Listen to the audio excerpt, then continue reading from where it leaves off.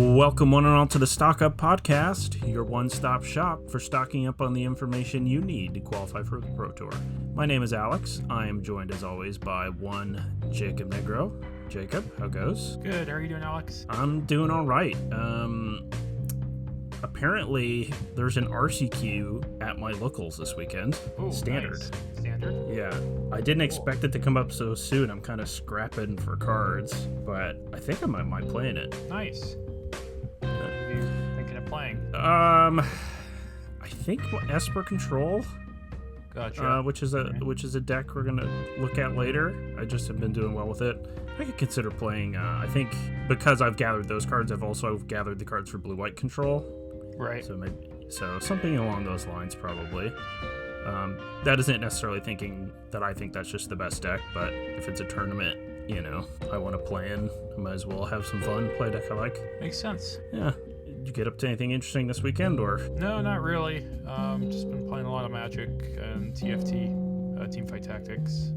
Oh, nice. What genre game is that? I've heard of it, but I really don't know anything about it. I guess an auto battler is the genre. It's kind of like drafting a team of units that fight another team of units, but you don't actually control the fights. It's more just like you draft and position your units, and they fight against other teams. Okay. And you all kind of work with a shared pool, stuff like that.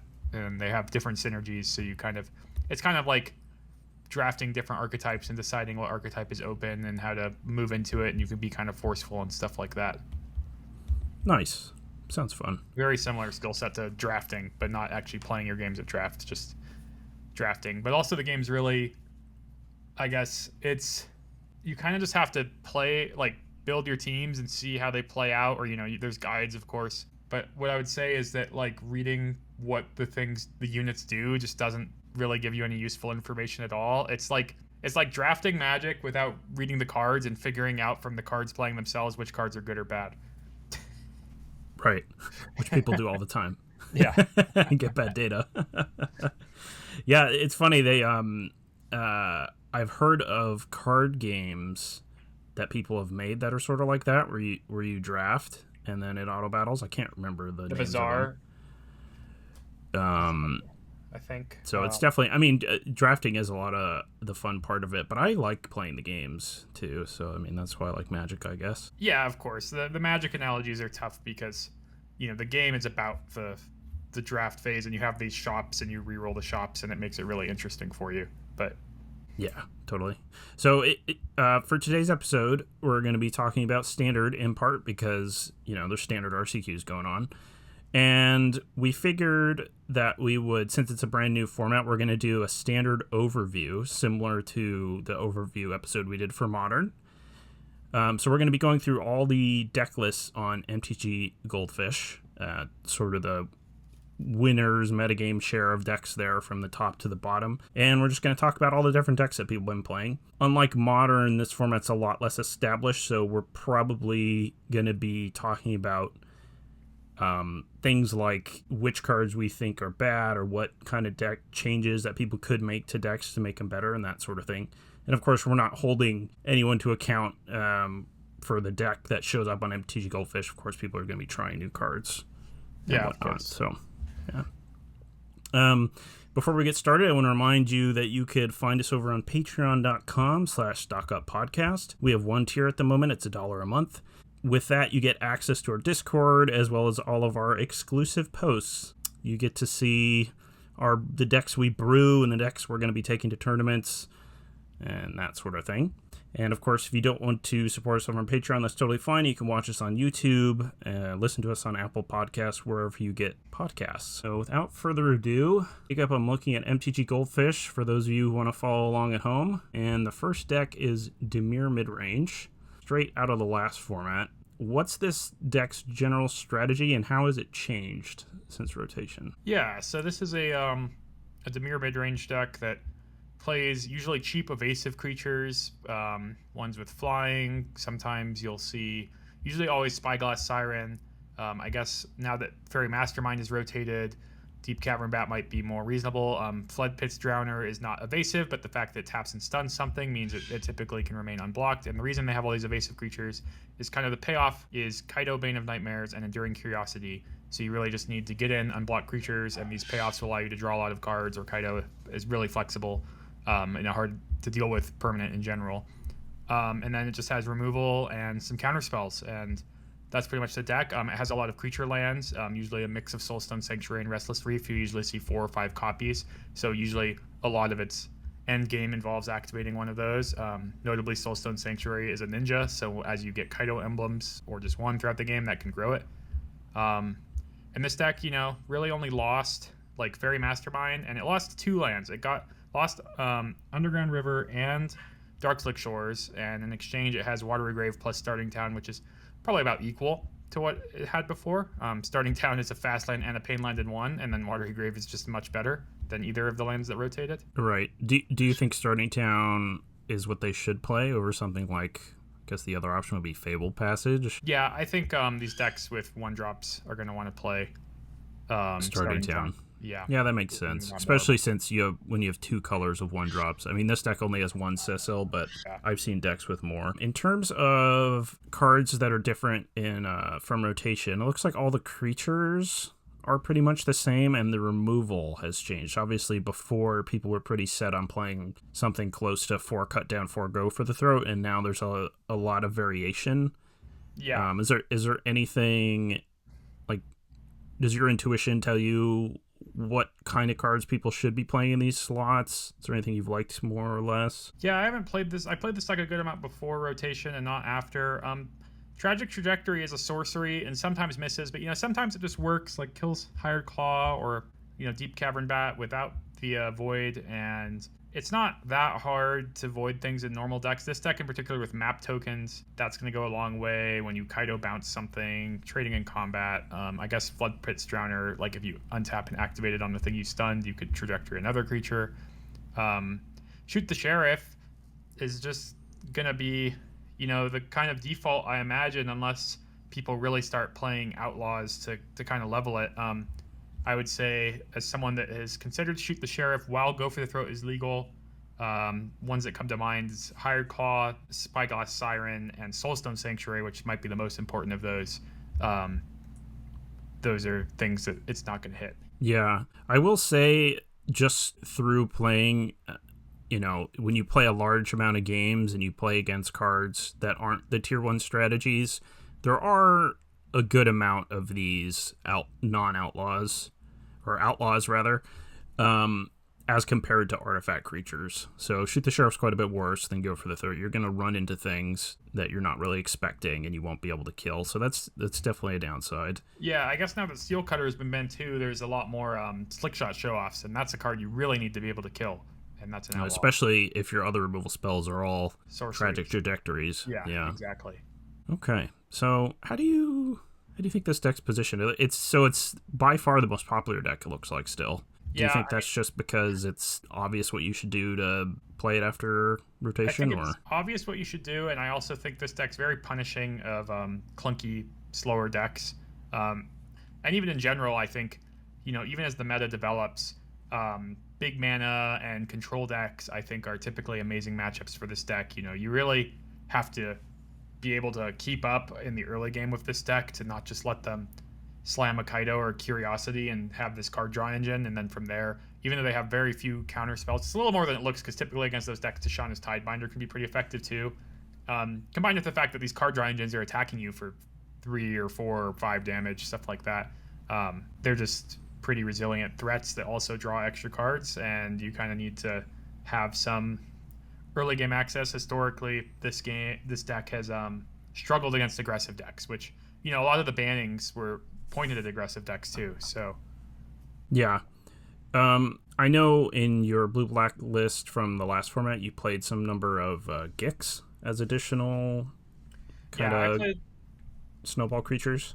I played 1 Gix. I see some of the lists I'm seeing now just have all 4 Kaido's main deck. That wasn't usually stock before. Kaido is certainly like your best card in some matchups and one of your worst cards when you're against an aggro deck, especially on the draw, whereas Gix is like a card that maybe you play it, draw a card off a Siren, and you could just block and trade off with it, and that's like a happy exchange. But it could still run away with the game in the matchups where Kaido could shine potentially. So that's why I had that. But Gix is rotated, so. Right. So the reason I bring it up is there's a new card from Edge of Eternities called Elegy Acolyte.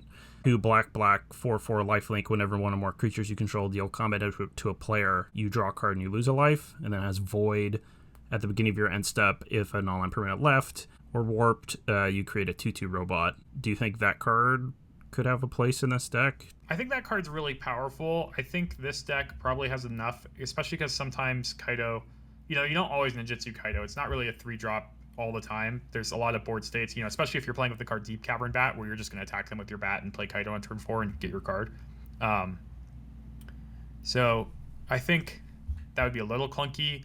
I would keep an eye out for that card in perhaps other Deep Cavern Bat decks that aren't blue-black. Okay, makes sense. But this deck basically already has more than 4/4 drops. So yeah.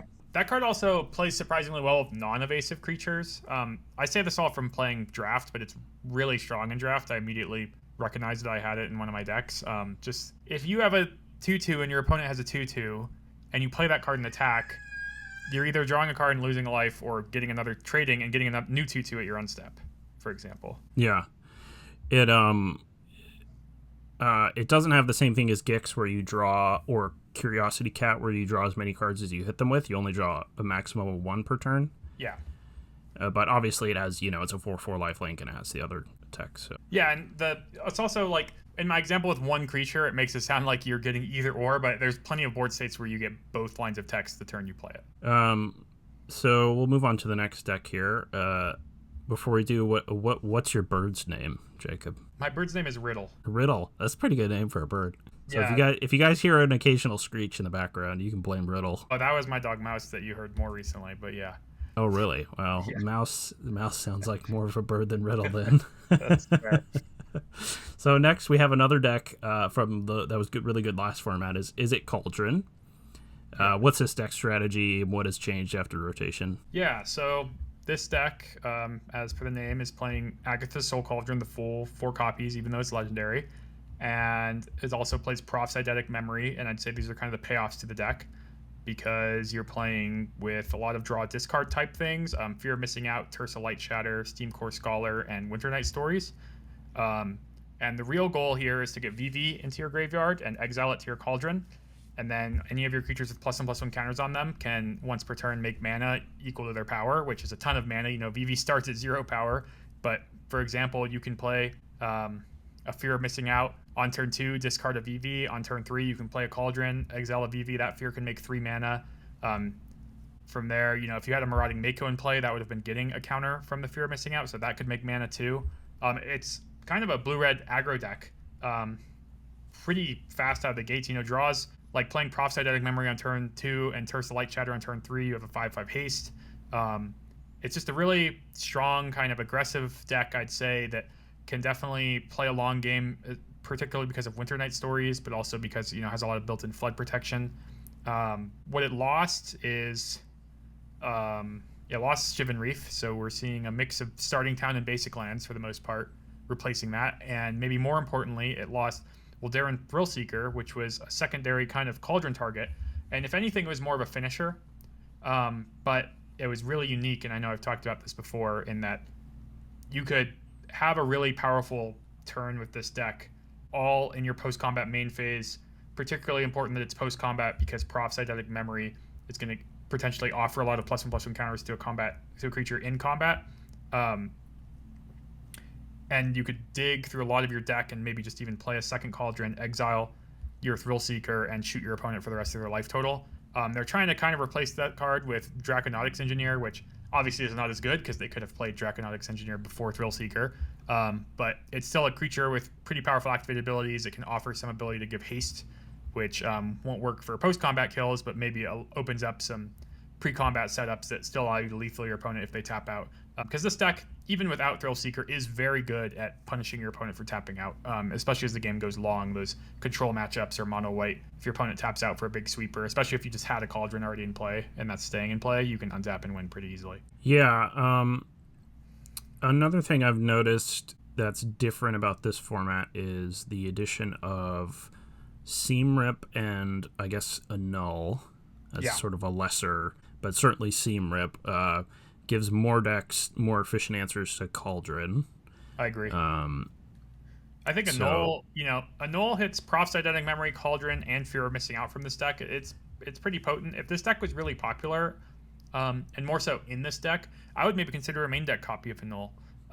You have so much rummaging that I think you can kind of afford it. And also, we just talked about the Dimir deck, and that deck has 4 Enduring Curiosity, which countering that for 1 mana would be a huge swing. There's a lot of decks with targets.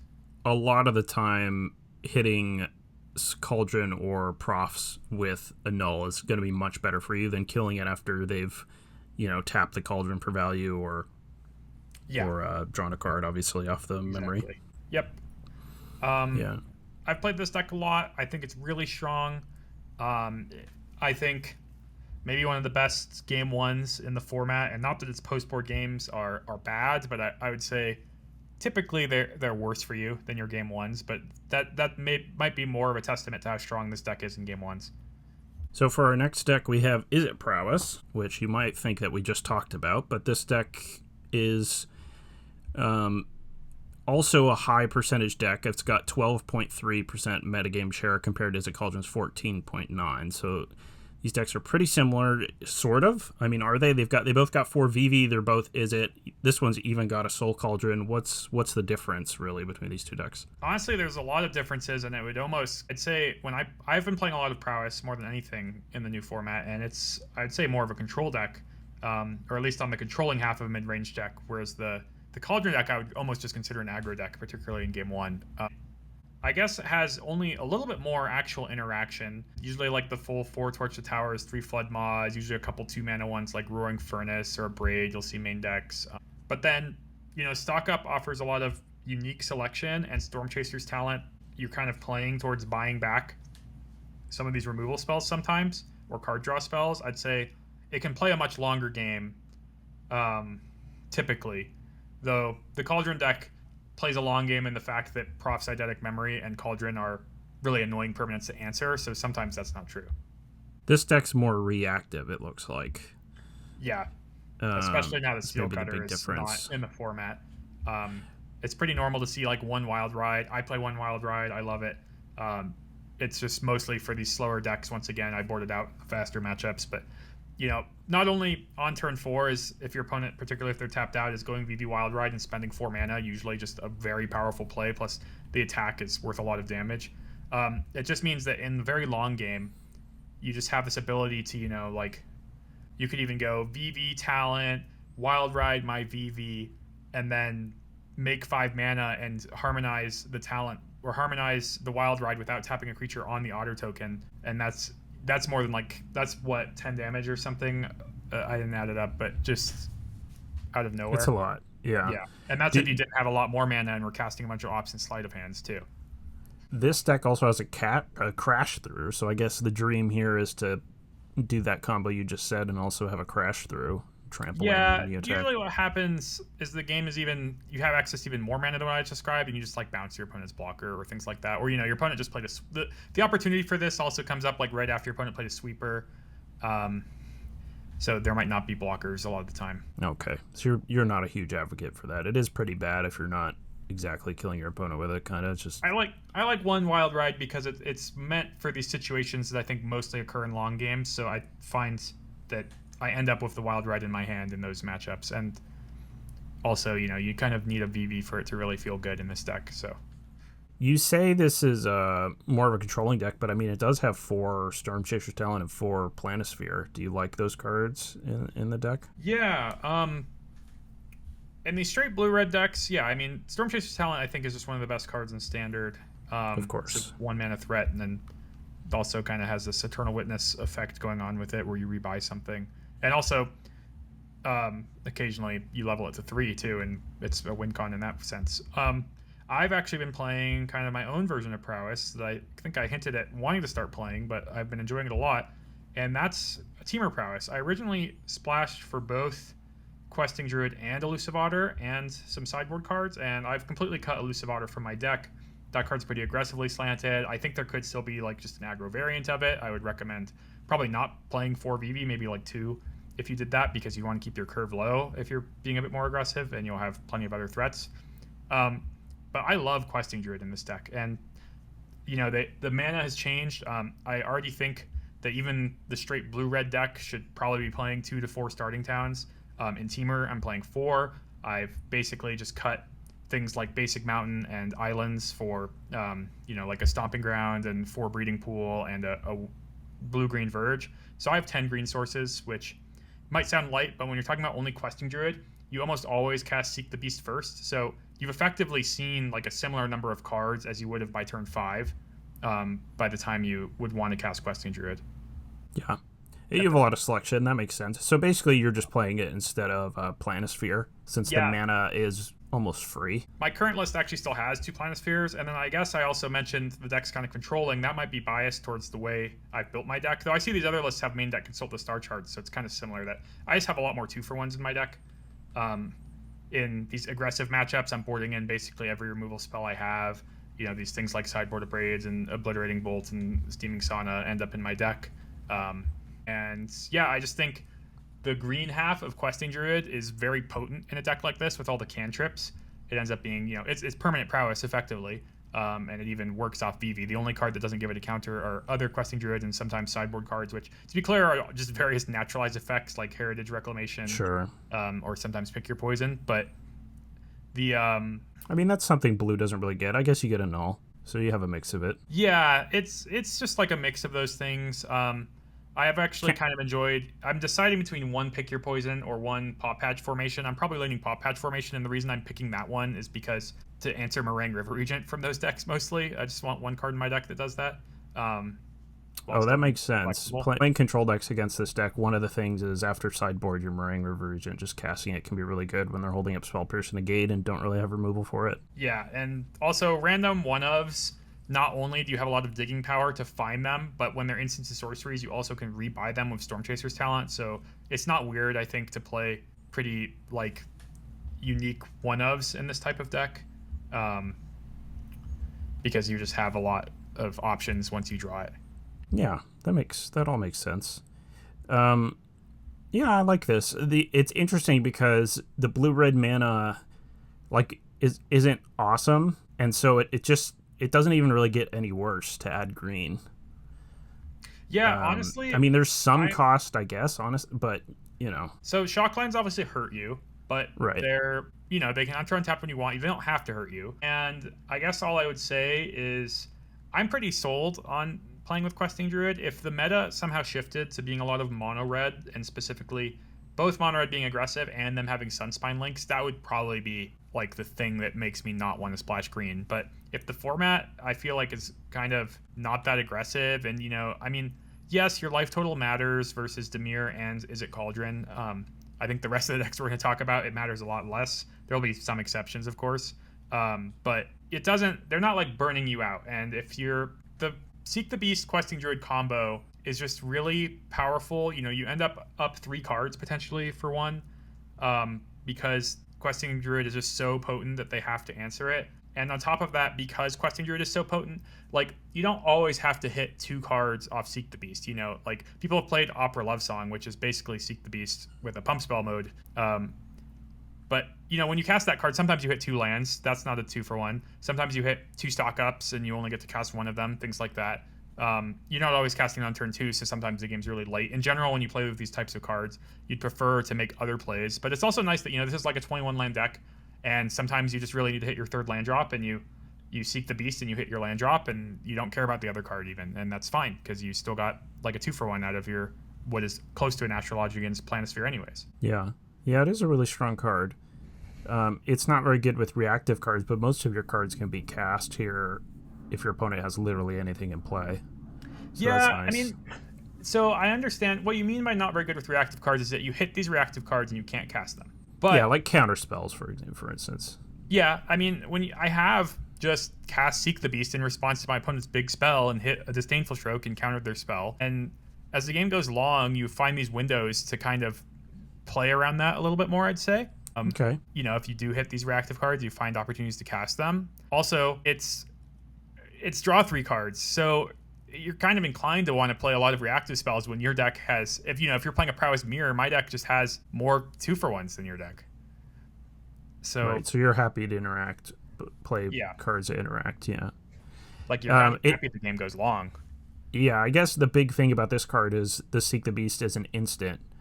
So you can play it, like you said, to try to hit your reactive spells when you find that you need them on your opponent's turn. And then if you hit something like a stock up, you could still go to your turn and play that. Yeah, another interesting thing. So even before VV, it was not that weird in controlling mirrors to end up casting Seek the Beast on your own end step, because what would happen is your opponent casts, let's just say, Consult the Star Charts on your end step, and then usually you'd want to let them pick the cards, and then in your own end step you'd want to cast Seek the Beast just so it resolves. That wasn't that uncommon. But now with VV, sometimes, you like on turn 5, you play VV, you play 2 non-creature spells, it's a 2/5, you can move to your own end step and add red mana and then cast Seek the Beast. Yeah, it's pretty good. Yeah. So since we're talking about the deck you've been playing in particular, what sort of matchups do you like about this deck? Like, are some of the big decks good matchups?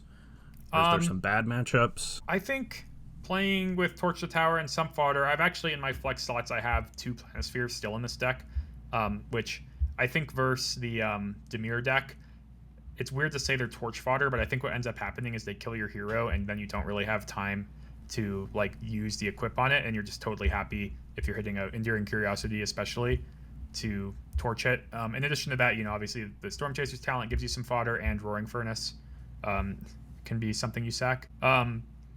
The Cauldron deck, I mean, to be honest, I'm not doing any dedicated testing, so I'm just running into these decks on Arena. I'm working on sideboard plans for that. I mean, I don't think it's terrible. It might be bad, unfavored, but I think I want like 2 annuls in that matchup, and I'm just trying to like map out my deck right now for how I want to approach that matchup.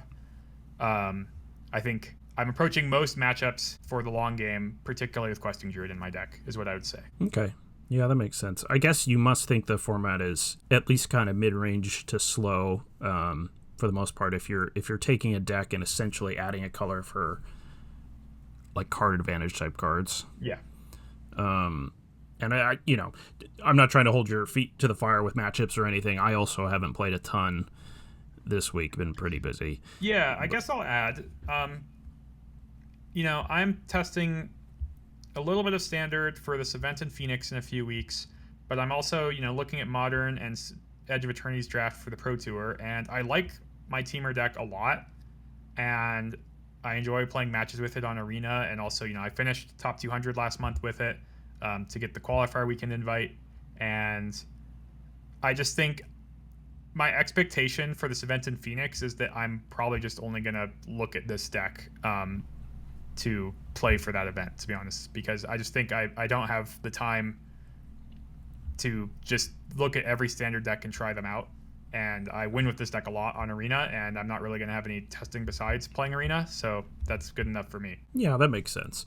The reality is, for most people, even people as invested as you, most tournaments of basically Grand Prix level and below, the players aren't always going to have the perfect deck, going to have looked at tried every archetype in Standard. A lot of the time you're going to sort of do something like you did, where you pick a deck that you thought was pretty good, and it's a new format and a deck you like, and you've just sort of tweaked it. Exactly. You're going to play it. So a Pro Tour might be a little different. You kind of have more incentive to try harder and usually have more time. Yeah, and I'd be on a team, so I can say I want to play a bunch of my Teamer deck versus Is It Cauldron, and if I just lose a bunch to a great player, then that would make me worried. But the event I'm playing for is, like a small Grand Prix level event, so I don't really expect my opponents to be that practiced either. Right. So for those just listening, this deck is going to be on the YouTube graphic, and it'll be, I'm sure Jacob will post it on Patreon. Yeah, in fact, I'll post one this week. I've just been tweaking some cards, but I'll just share like what list I have probably right after I'm done with this, and if I have any updates, I'll mention it. Yeah, so the Patreon, you'll probably get the most up-to-date list, but yeah, either way, it's cool. So we can go back to our Goldfish review here. The next deck we have is Esper Self Bounce. We're still, all 4 of these decks are at 10% of the meta, so I mean, in a way, the meta's pretty solidified, at least the top ranks.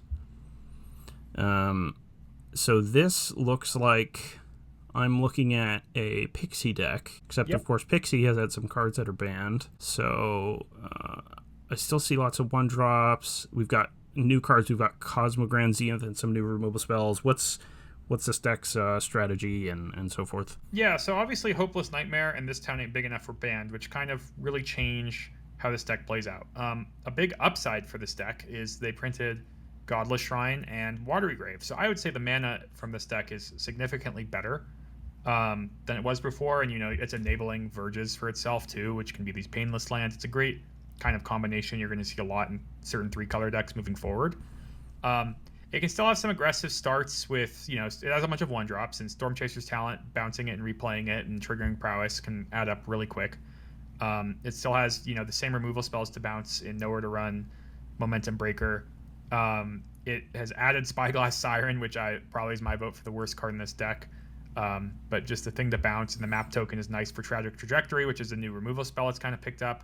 And it has 4 stock up, which makes sense to kind of, you're kind of a mini combo deck, so assembling those. Also, you need the card flow for Storm Chaser's Talent and the new edition of Cosmogrand Zenith, which looks pretty impressive. Hopeless Nightmare was a great way of pressuring people before, and you lost that. And this is a very different way of pressuring people, but I kind of like that it's just playing this card that, I think this deck's pretty great at double spelling between stock up and self bounce and Storm Chaser's Talent rebuys. You could even just keep playing a Pixie and a Sun Pearl Current on each other, I guess, to keep triggering this if you're really desperate. And you have a bunch of cheap flyers, so putting counters on all your guys in addition can be potent. What I usually see is this card on turn 4, they'll play this in a 1-drop and make the 1/1s almost always, but then if they get to untap with it, they typically pick counters, and then they're almost heavily lethal at that point. Yeah, it's funny. When I was reading over this card for our top 10 list, I sort of just figured it was another Monastery Mentor variant that wasn't very good, but it's got a lot of different things going for it. Yeah. Of course, it could be you can trigger the ability off of creatures, which Monastery Mentor, it's funny, if that card had triggered off of creatures, you'd probably see it more because it's actually a card that works good in decks with other creatures. But of course, that has a limit of only being instants or sorceries, I believe. Yeah. Or as a non-creature for Mentor. Definitely. Also, it's a 2/4. We talked about all these Torch Towers in the format. I think this card's in line a huge deal with my kind of extra removal spells. In Prowess, for example, I'm really keeping in mind cards that can answer this. It's also not the best to bounce with something with Into the Flood Maw, because if they are able to cast it and immediately cast another spell, they're already going to need immediate value, and then if you bounce it, they just have another spell in their hand. You have an interesting timing, more so in the window if they untap with this card, where if they cast like a stock up, you could respond by bouncing the Zenith, and if they don't have an instant, then they won't be able to trigger it that turn. But yeah, it's this deck. I have a couple friends that have been trying it, and they really like it. It makes sense to me. I think if you've played Old Pixie, this deck won't have the Hopeless Nightmare draws that it used to have, and also obviously the This Town plus Talent kind of loops were nice before, but I'd say for the most part the gameplay is pretty similar. I know as Pixie kind of developed, this was before it basically fell off the map when Steel Cutter was printed, but stock up playing 4 copies became really popular right after Pro Tour Aether Drift, and that made a lot of sense to me. And you can play a really controlling game. Recommendation I've heard is, this deck's instant speed removal is like only Nowhere to Run, and people have wanted some cards that could maybe answer a big thing. So potentially Shoot the Sheriff is just what you're looking at there, to include one idea. Get Lost, maybe. Yeah, Get Lost. Another idea I had was actually my friend Jarvis said he'd play Into the Flood Maw, but then that made me think, well, what if you played Bounce Off? I'd probably only play one Bounce Off at the most, but this is a deck that could really benefit from the ability to unsummon its own creatures, mostly only in response to removal spells, but you could just unsummon your own thing and replay it and bounce a Nowhere to Run or whatever still. So yeah, that could potentially be good with Cosmogrand Zenith too, right? Yeah, also bouncing your own thing. Yeah, exactly. You can if there's any ever a deck that really wanted to be able to bounce its own thing, it's probably this one. This list we're looking at on Goldfish at the moment has one Cryogin relic. What do you think about that card? Yeah, I was pretty impressed by it. I understand it's clunky. I guess I was thinking I would play more if I played this deck. But my friends who seems played pretty good. Said, yeah, because also to be clear, like it enters or leaves. Like when you bounce it, you draw a card. Stock up is definitely like all reliable and doesn't require much going on and it's a lot cleaner. Right. My friend said maybe just keep the one relic main and sideboard a second copy or something for slower matchups, but that makes sense to me. Yeah. You cut out for a bit, but I'm pretty sure you said keep one relic main and then maybe some more on the sideboard for slower matchups. Yeah. Yep. Okay, so we'll move on to our next deck, which is this surprised me a little bit that it's the 5th most popular deck, but we've got Azorius Control at 6%.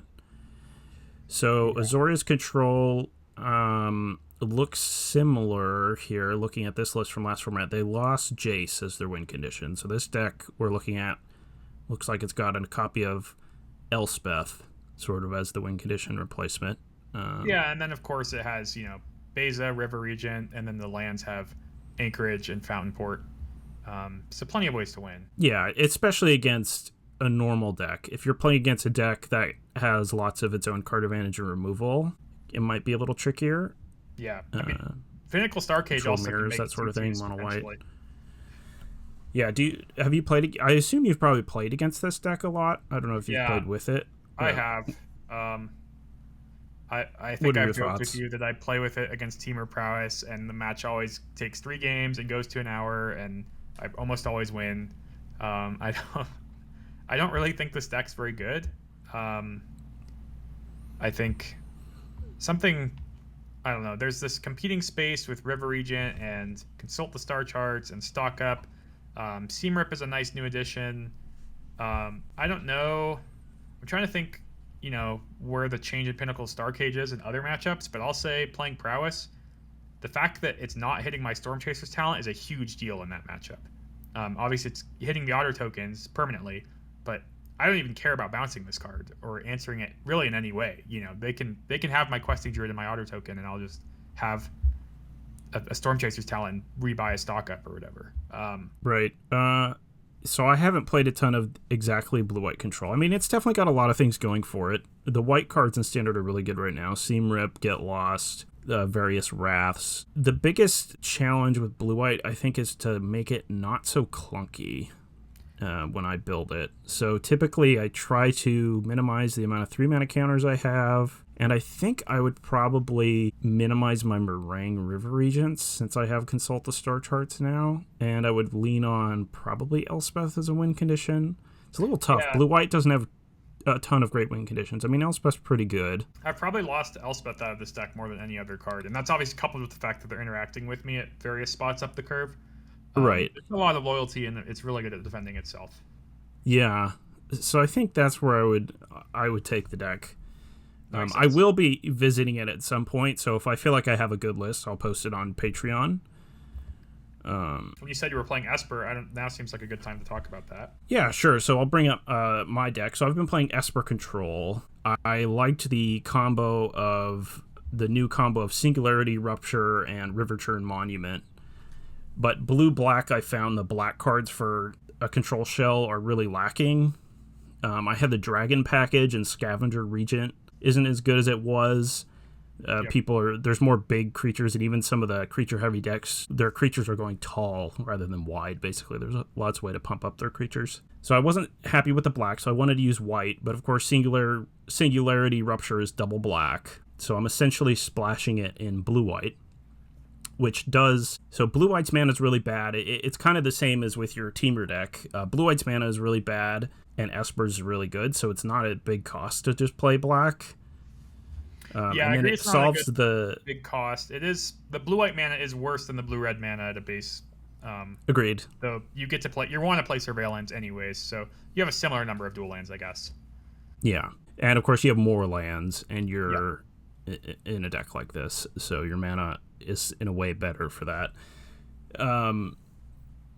So yeah, I mean, and this fixes the issue with needing a win con. Like against Prowess, it's no big deal that they have all of these Storm Chaser's talents in play has been my experience, because you just kill them in 2 turns with the Rupture plus the Monument. That makes sense. I've also added Soul Search. I wanted to try a discard spell that wasn't just Duress, since I had black, and because discard in general is good to set up this combo, more so than counter spells. Yeah, and I've actually just been really happy with it. It's like kind of a good card. There's a lot of decks that play lots of... me from catch for most decks, but never in other situations. Yeah, well, I don't know if I'm going to look towards catch most decks as doing good things, but there are a lot of good 1-mana cards that people play, so you get the 1/1 a lot more often than you'd think. Right. And then this is kind of a tap out style control deck, so the fact that you can just tap out and hit anything with it, I've just been impressed with it, and it powers out, it lets you do the Rupture a lot easier in game 1. So I've been happy with that. Consult the Star Charts I've also been happy with. I just think it's a really good card.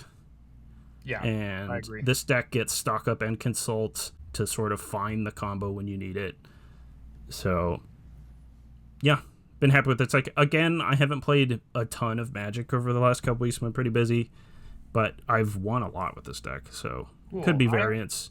I had an idea for this, mostly for Singularity Rupture, and that was to play Sultai. And I guess the big sell for Sultai is that your mana is really good. You've got Breeding Pool and a blue-green Verge. In addition to the blue-black mana is totally serviceable. And the cards you get from green, one of which would just be like playing Rakshas's Bargain over Stock Up, which isn't a big deal, but does kind of play better. Instant speed might make like a card like 3 Steps Ahead not feel as bad. But I was actually just thinking that disenchant effects would be kind of welcome, and even just main decking 1 or 2 Heritage Reclamations sounds kind of reasonable, just because like the card Soul Cauldron sounds extremely annoying for this deck. The fact that your combo involves milling half their library. This version that you have obviously has the Star Cage, which helps with that. Right. But that's just something I had in mind. Mostly just brought up by the fact that I think Sultai mana is very good. It is, yeah. I built a Sultai deck with Rupture, and I haven't played with it yet, funny enough. Yeah. I've built a lot of decks and haven't played with them yet. And I had added, because I was trying to figure out, because in blue-black one of the problems was it was too expensive to have a 6-mana Wrath as your first Wrath. Yeah, so green... Cover up. Or you could play the Urgent... Were you trying the Urgent Necropsy? No, I was using, I think it's called Ancient Cornucopia. Oh, the ramp spell. Okay, the ramp effect. Okay. Yeah, it's a 3-mana ramp rock that like gains you some life, and then since you play Rakshas's Bargain, and then I had a couple copies of the Sultai Snake, the flash 3/3 that counters or kills enchantments. Right. With that Ancient Cornucopia, if you can cast like a 3-color spell on your turn in game 3, and then on your opponent's turn cast an instant speed 3-mana spell in game 3, so you can gain quite a bit of life with that card. Gotcha. Do you know Urgent Necropsy? It's kind of I think so. It's the one where you have to collect evidence, right? Yeah, kind of interesting with Rakshas's Bargain, because that costs 6. Yeah, that's true. It can answer, Cauldron Profs and a creature. That's pretty unique. Yeah. So I'll keep that in mind. I'll need to try that deck. That sounds pretty interesting. The card that I really wish hadn't rotated that I think would be perfect in that deck is like 2 copies of Terra Sunder. I know. Yeah, I had the same thought. I was going to put that in. I was like, man, that rotates. It is a nice fit, especially since the exile. You're definitely wishing you had more things at exile. Yeah. Or any enduring creature. Yeah. So yeah, I'm going to be looking into that green. But yeah, this deck, and then the sideboard, you get like a Null, and also Smite's pretty nice. Voice of Victory. I sort of have this plan against some decks where I just board out the combo decks that are either really fast and fragile to a big creature. I'll board out the combo and bring in some Overlords and Smites and whatnot as win conditions. So yeah, that's that deck. Yeah, I think that's a better deck than blue-white control, has been my experience so far. So definitely give that some experimentation if you're interested in control decks. Next we have Gruul Aggro. 4.7%. What are we looking at here? What's this deck's? Obviously it's an aggro deck, but yeah, it used to be called Gruul Mice, I'd say, but now that you can't play with our Fire Hero, decided to call it Gruul Aggro, but it still has 4 Emberheart Challenger and 4 Manifold Mouse. And then I guess Soulstone Sanctuary is another potential mouse. This is pretty similar. It now main decks 4 Paw Patch Recruits because it kind of has to for 1-drops. It's still a 4 Innkeeper's Talent deck. It's pretty similar to what it was before. I see a list I clicked on first has Nova Hellkite. They're probably just trying that out. Screaming Nemesis, I think, is a pretty well-positioned card if there's a lot of red decks. And the combination of... Like, Screaming Nemesis is actually really good friends with Innkeeper's Talent. I played 4 of each of these cards at Pro Tour Aether Drift. It's not that weird to want to just play your Innkeeper's Talent on turn 2, so a haste creature is a really good way to like make up for the fact that maybe you didn't have a creature in play when you played your talent or they killed it. And also, the more toughness Screaming Nemesis has, kind of the more annoying it is for a red deck because they have to power through that toughness and you get more damage off of it. Yeah, and it kind of eliminates blocking it as an option too if it keeps getting really big. Exactly, yeah. Have you tried Nova Hellkite in anything? Do you think it's any good? Not yet. Yeah, me neither. I still want to build a kind of a dragon-based deck. I had the idea, I think I was talking to you about it, or maybe you had the idea, of playing the 2-mana Sarkin. Yep, I've seen that reveals a dragon. People. Yeah, because you could play Nova Hellkite. There's the 4-mana dragon that destroys a land that I also think is quite good. And then you could play... People have sort of learned, and I've learned, that Twin Maw Stormbrood is a pretty decent removal spell. So yeah, that's something you could reveal. Kind of an interesting note about Twin Maw Stormbrood, or I guess 2 interesting notes, is first of all, Lithomatic Barrage rotated, and that makes killing VV a little bit harder for red decks sometimes. So the roast is sometimes welcome against VV. Just, usually you only have a 1-turn window to do that, but when you have it, you need it. Also, all these aggro decks are playing Starting Town now, and even in my Teamer deck, I have cast Twin Maw Stormbrood, the white half. And when you're playing a controlling kind of game, that's pretty good to have a 5/4 that gains 5 life. It's pretty unique, stabilizing play. If you're like in an aggro matchup type of thing. Yeah, it probably comes up a little less in a deck like this, but I've had one Twin Maw in the sideboard of my Prowess deck, for example, and I play really long games, and it comes up a lot. Especially because when you roast something, it shuffles back into your deck, and then you find it later with stock up or whatever. Yeah, gain 5 life in a game where you're trying to stabilize is no joke. 5/4 flyer, pretty decent. Yeah. So it's definitely better than roast. It's got some upsides. Yeah, I'd say when you can cast it, it is certainly. Oh yeah, the type sometimes matters. Yeah. Yeah. I remember when this card was spoiled, there was a conversation about how almost every deck that actually ever played Roast had Delve or Snapcaster Mage or something like that right, funny. Really wanted it in the graveyard.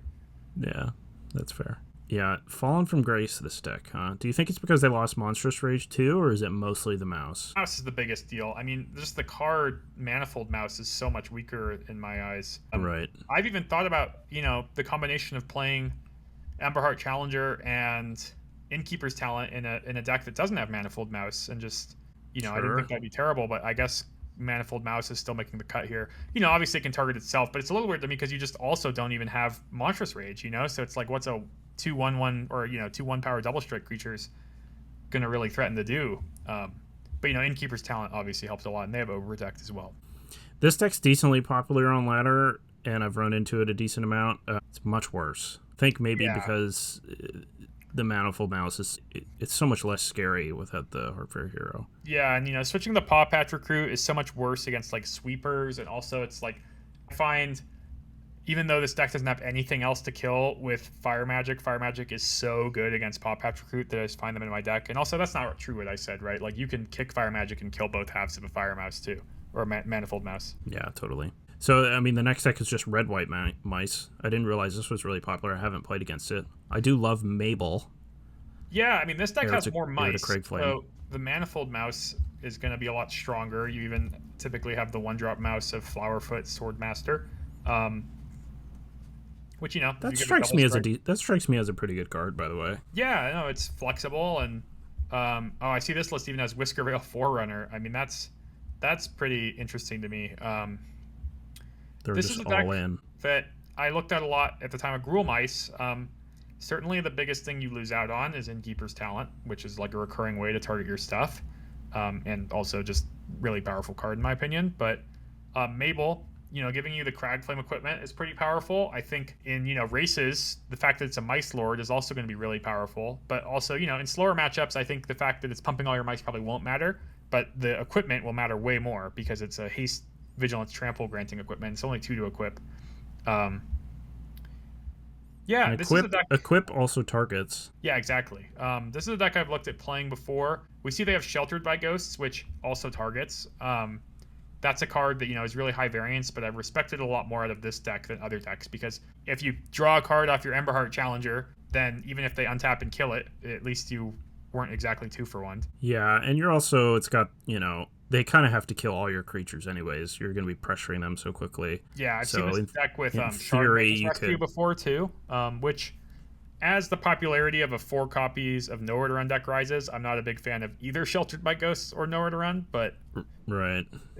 It makes sense in this deck, but I would heavily consider building your deck without it and giving it a try. Yeah.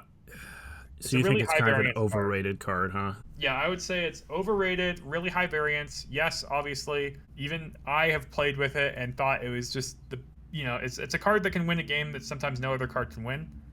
So it looks really powerful when it works. I found in particular, it's actually really bad against Into the Flood Mob, because that's a 1-mana instant that if your opponent just has up, they're always going to kind of get you.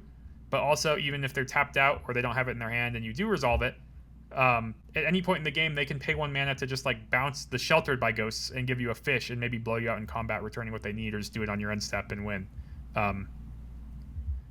If they don't want to spend, it's also just a 3-mana answer to the creature that the Sheltered by Ghosts was on, even after it resolves. So it's hard for me to say, honestly, because I have such a stupid bias of always playing slower and controlling decks that this card's always terrible against me. But yeah, I mean, my bias is also interesting, because it's just at the Pro Tour, if you played this card in open deck lists, it just seems kind of crazy to me. Your opponent will play with a lot more respect for it in certain spots. It does seem better as maybe even just a sideboard a card out of a deck you wouldn't expect it from, or something like that. But yeah, there's certain matchups that we could. There's a green landfall deck that's really popular that we'll get to later. That this deck doesn't have very much like a good sideboard card against that deck. Yeah, exactly. Okay, so the next deck is we have Simic Midrange, which I've never played against this deck. What's going on here? Yeah, so this deck has been creeping up in popularity pretty fast. I've been noticing it a lot more. It's a really funny deck to me. So just going through some of the cards, you got Lantern Elves, Pop Patricute, Spyglass Siren, Bristly Bill, Floodpits Drowner, Geomorph Imago, Sentinel of the Nameless City, Enduring Curiosity, Ouroboros, Flood Mob, Bushwhack, and Subterranean Schooner. And a lot of the decks are just copy-pasting each other, so that's why I read it, because it's pretty unique. This is just kind of a green-blue beatdown deck interacting pretty much only with Into the Flood Mob, Bushwhack, and Floodpits Drowner. So not very efficient, or not really efficient answers, but not permanent ones. It does sideboard, Unable to Scream and Repulsive Mutation. And I think this deck is kind of showcasing what good mana can do, because blue-green was one of those color combos we touched on in the previous episode, that it's just it has the Verge, the Breeding Pool, the Botanical Sanctum. This deck is fitting in some Vine Stalks and Soulstone Sanctuaries. It's just really good mana, especially for an aggressive deck. It's a Llanowar Elf really deck. Good mana. Yeah.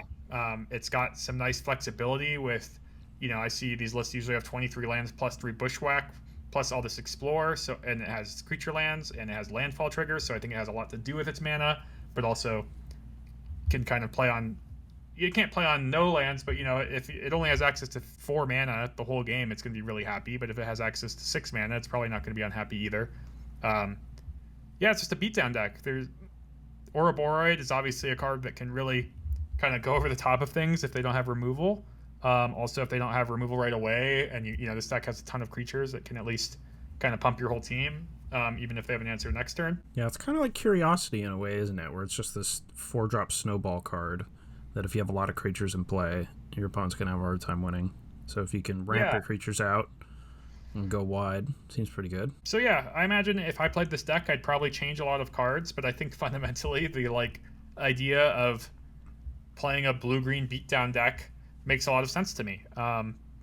It's just it has really cheap and efficient cards, and you kind of aren't maybe going to be able to play as much of a long game as you'd like when you play with Into the Flood Maw and Floodpits Drowner, but those cards are really good at getting in damage when you need damage. Yeah, This deck looks kind of scary, actually. Yeah. There hasn't been a ton of good, like, green-based aggro decks, but there's definitely some good green cards out there. So with the mana being such that green-blue is one of the best aggressive color mana bases, definitely one to keep an eye out for. Yeah. Green-blue is, I guess, of all the 4-color green combos, has the best mana. So this kind of makes sense if you're looking to play a green aggro deck, that you're kind of capitalizing on just having amazing mana. Yeah.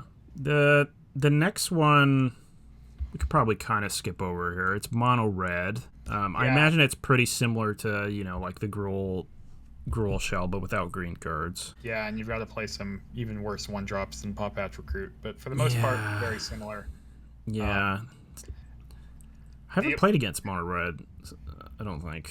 If I look great. wanted to play mono red right now, I would feel like the really big selling point to me would be Sunspine Links, because there's a lot of 3-color decks and the Shocklands are painful. And if I did that, I would probably be the type of more big red deck that would want to play 4 Sunspine Links in the main deck and 24 lands or something like that.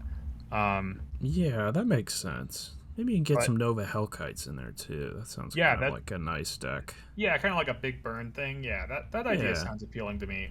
Maybe not even the mouse package at all, to be honest. Yeah. Let's see. The next deck has Esper midrange. I'm assuming this is just blue-black midrange with people splashing around. Yeah, so kind of in the same thing you said. They got Godless Shrine and some Verges and Starting Town anyways. So yes, it's blue-black splashing for Voice of Victory, Get Lost, and No More Lies. Some sideboard cards. Makes sense. Maybe not worth it, but Voice of Victory, in my mind, is a pretty strong card. We talked about maybe the removal spells being a lot worse, so Get Lost also, and Seam Rip, I guess, is also in this deck. Gives you perhaps more flexibility. Not quite as much of a game changer, I guess, as I just justified Questing Druid, but Questing Druid is doing something that I think there isn't a card in blue-red that can do. Whereas this is just like creatures in removal that are better than maybe what you think the creatures in removal and just blue-black are. Yeah, it's interesting. This list only has 2 Voice of Victories, which to me, that would be the biggest pull. Me too, yeah. Maybe they found that 4 was too unreliable with the mana base, but I would think it would work fine. And, Voice of Victory is kind of good with Kaito because you can bounce the token when it attacks, and then you get to keep your guy into play. It's good with Curiosity because it attacks as 3 bodies. And then it's also good with both of those cards because it shuts off your opponent's interaction once you get to your turn. Yeah, it's also, this is kind of the same point, but it's good with those cards because when you play it on turn 2 into your opponent's open removal, they can't kill it. So it's kind of sticky in that regard. It's similar to a Creature of Flash almost. Yeah, and it slows them down a bit so you can get... Because what blue-black midrange is really trying to do is get enough permanents on the board that your opponent can't answer them all before you play Curiosity or Kaito, and then just kind of snowball. So something interesting to try, maybe. Yep. And then most of these other decks, against pretty low percentage, so I'm going to leave it up to you which ones you feel like you want to talk about. I want to talk about Sephiroth decks, so that's the next one here, which is this black-white Aristocrats deck, because I've seen a lot of variation on this deck. The list I see here is what I've seen a lot of, which has Raise the Past, kind of what you'd expect, Voice of Victory, just filled with creatures. Creatures and creatures and creatures, What I've been more impressed with is moving away from Raise the Past and so much of this Aristocrat-style stuff. The cards I really like are Forsaken Miner, Infestation Sage, Umbral Crawler Zealot, Voice of Victory, and Sephiroth. And then the so obviously I only listed 1 white card there in Voice of Victory, but I think the mana is really good in black-white. It's the same as, I guess, green-blue as before. And your Verge is even black first, which makes playing, these black 1-drops pretty strong. And maybe just playing, good removal and stuff like that. There's also the Warp guy. Sorry, I'm trying to find his name. He costs black for a 2/2 haste with warp for a black and pay 2 life, and you can warp it from your graveyard. That's a thing you can just sack and recur over and over again. I guess one card I omitted from that list, to be clear, is just like the Blood Artist, the 2-mana 1/1 Vengeful Blood Witch.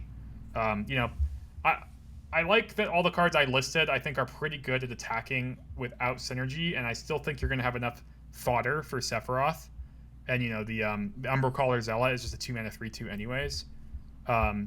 Forsaken Miner, can come back not only with removal, but Sephiroth does target. So, and it does work in such a way that, if you untapped, for example, if you went Miner into Umbral Color Zealot into Sephiroth, and then on turn 4 you had 4 black mana, you can just sack and return the Forsaken Miner for each of your black mana. You sack it and you target them with Sephiroth, and it's in your graveyard and you're committing a crime, so you can pay a black to return it. Yeah, that's pretty nice. And it's 2/2 instead of a 1/1. Infestation Sage I like among, there's 3 different 1 mana 1/1s that die and make a 1/1, but Infestation Sage making a flyer seems the most useful to me because you're kind of trying to win with chip damage. This deck looks pretty weak to Pinnacle Stargate, I'll tell you what. Yeah, so I mean, this deck could play, I guess Get Lost doesn't answer that, so we'd have to play a different kind of white card to answer that. I see in the sideboard they have it. I don't know if you can main deck anything. The mono blacklist. Yeah, they've got some disenchants in the sideboard, but those are hard to main deck. Yeah, you could also play Tragic Trajectory. A sideboard card from your Esper deck that came to mind was that white-black discard spell, because making a 1/1 in this deck would actually be worth a lot. Yeah. I assume this deck, if you cast that card and your opponent had a 1 mana card in their hand, you'd almost always take it. Probably. Yeah. I like that it hits 3 steps ahead. That's my favorite part of that card. And you get Oh, that's funny. Yeah. But that's kind of a silly thing to like about it, but I kind of hate 3 steps ahead, so it's Smuggler's Surprise too, which yeah, oh yeah, get that out of here. That's a deck I play against an Arena a lot. There's a lot of 1-drops that are Storm Chaser's talent is usually in play. Hey now, don't ruin my dreams. It's good right after they resolve stock up and get a talent, though. Yeah, there you go. So I have another idea for a black-white deck that I've sort of been toying around with, but I haven't really played much with. Yeah. And it's sort of a hybrid between a deck that plays cards like this one does and mono white, like the controlling type of deck. So my thought was maybe you play something like Infestation Sage or Nesting Bot. Maybe Infestation Sage, since you got the black on the Bleachbone Verge. Yeah. And then you would play Voice of Victory. You would probably play the Carrot Cake. And maybe some number of the sack guy, the Umbral Color Zealots. And then in your 3-drop slot, you could play Sephiroth's Enduring Innocences and even the Caretaker's Talent. And then you could play more removal. You'd have to play more removal. And then at the top, you could play Elspeth. Oh, yeah, and so Elspeth would be great in this type of deck. Yeah. Yeah, so you could be like an aggressive slanted deck, and then after sideboard, you could like bring in wraths and removals and things and board out some of your creatures. And so in some matchups, you'd have the benefit of the mono white control deck, but then you'd also in other matchups you'd be able to pressure them. And Sephiroth sounds pretty good and with a lot of those cards too. So yeah, it makes sense. Building, haven't actually played much, but I've been building different lists. Black-white has a lot of different cards it could play, so it's hard to narrow it down. Like what removal is good and what not, but yeah, another 2-drop I've faced every now and then is Sinkhole Surveyor, which is also a 2 mana 1/3 that kind of gives you some fodder. Oh yeah, when it attacks, yeah. So it kind of works well with Innocence and Caretaker's Talent. Also, well, that's even another card I need to fit into my 60 card deck. So thanks for that.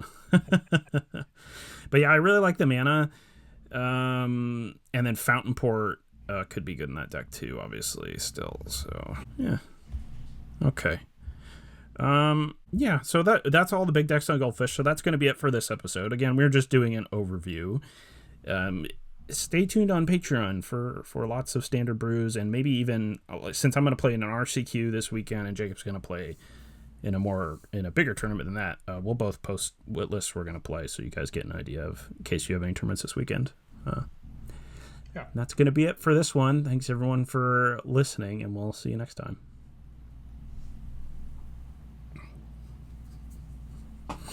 Okay. Heard something about some Infinity Stones or something. Yeah, I was curious. Figured we could have a conversation about how you feel about Marvel sets, because they're pretty controversial and... Hate them. You hate them. All right. So for those that don't know, they spoiled this Soulstone card in the Spider-Man set. And I don't know if they've outright said it yet, but the little snippet of the video spoiling it kind of implied that this is the only stone in the Spider-Man set, and kind of generally with Universes Beyond, my expectation is that they plan on releasing 5 more Marvel sets at a minimum, each that'll have a different stone. I think the Soulstone card itself is super cool. That's not really what I want to talk about. It seems kind of flavorful. It's pretty simple flavor, but still.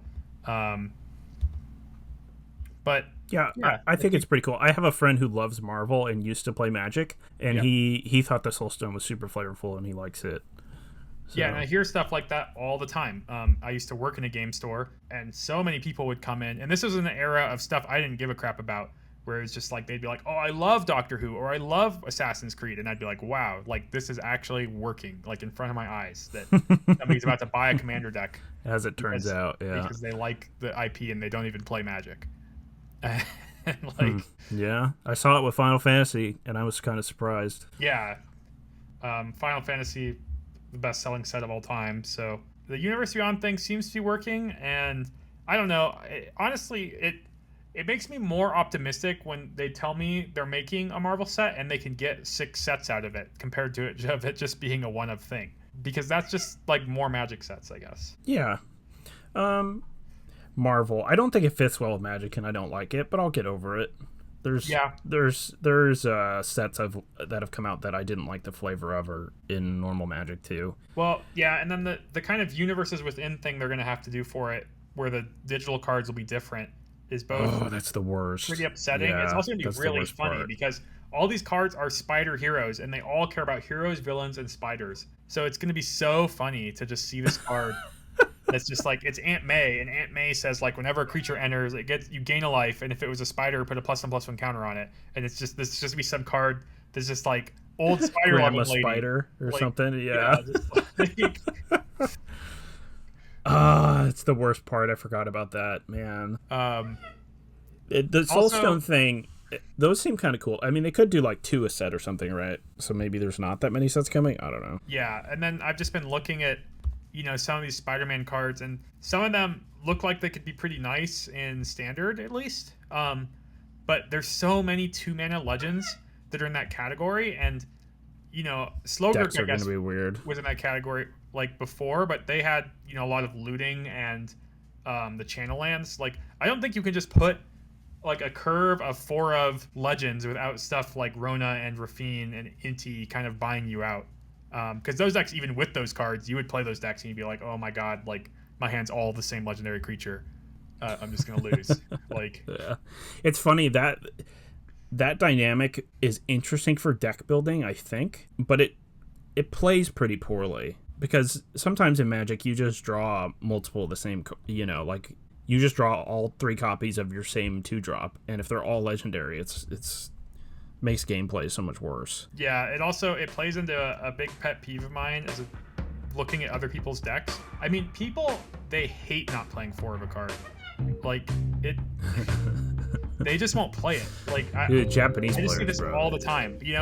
So this is an example that I thought of today, where I thought maybe Hylia, Guided by Light, could actually be kind of good in Boros Energy, because you've got Guide of Soulless Flage already gaining life. It gains life for Ocelot Pride. You've got a bunch of tokens, things like that. But when I thought, would I really play this in Boros Energy? And it's like, I'd try 1, but like, I just feel like if anybody ever tries 1, they're gonna really like it and play more copies, and then it's gonna be bad. It's gonna get bad pretty quick. Yeah. Or it's just like the contextual like spots for it aren't going to come up often enough because they won't draw it very much, and then they're just going to cut it for another card they like.